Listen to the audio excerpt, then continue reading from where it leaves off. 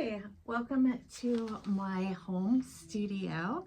Today I am going to share with you my fabric haul from last night's Dayton Garment Designer Meetup, where we all got together and visit. It was the 10-year anniversary and I was very selective about what I took, but I still took a bunch of stuff. I also got rid of a bunch of stuff. So the first thing that I took from my friend Heidi was this Mary Engelbreit collection. This one has a border, this one has a border, and this is a solid. Black and white are my favorite, and red is my absolute favorite color.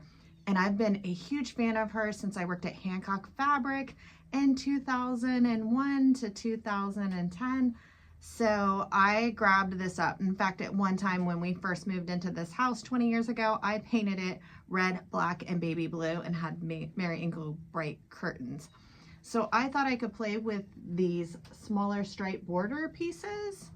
And then this is two, and this is one, and make some kind of fun stripe play dress.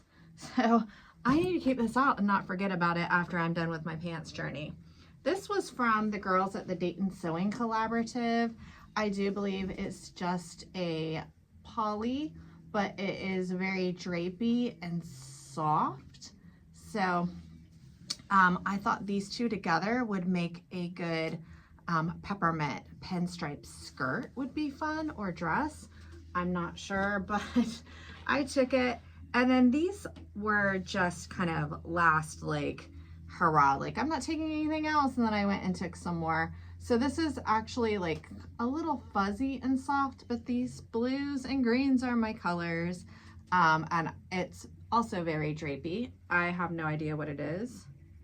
It almost feels like a flannel, but it's not, and it is printed on, so it's not a, it's a woven, but it is printed on. So this is another woven, and it is blue and white little daisies, and it is also a soft drape. So this could be a wonderful 1930s dress. I mean, all of them could, except for the cotton. And I promise soon I will share my entire wool collection. I'm obsessed with wools and silks. And so this was a wool. I'm pretty sure I will do a burn test outside with a pan, very safe. If you do a burn test, please, if you're underage, have an adult present, and I will check and make sure that this is really wool before I put it in my collection.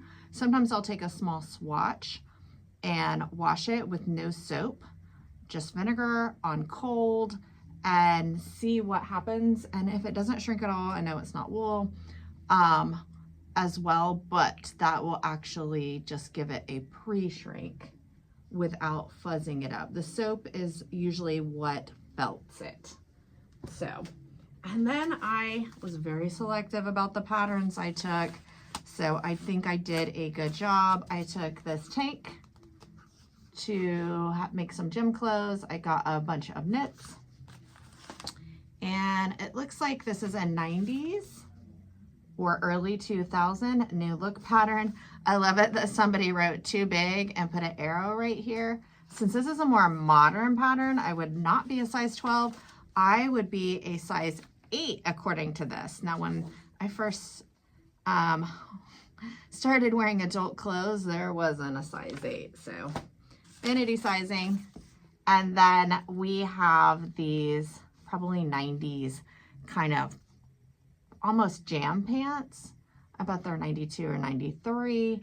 I grabbed this because it has the pockets, although I did make a master pattern with the slant pockets, but I really want to compare the two and look at the sizing. So sometimes I get them just to look at them, and then I will pass them on. So the last things I got was a whole bunch of organza. You can use this as lightweight interfacing. You can put this inside of another garment and make it more stable as underlining. So there's a number of things. You can use this as your ironing cloth. You can see through it.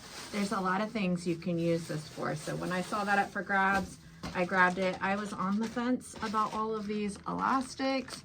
But hey, who can't use more elastic? So I grabbed some of those. So that's it. Tracy Sews, Tracy McElfresh. Thanks for watching.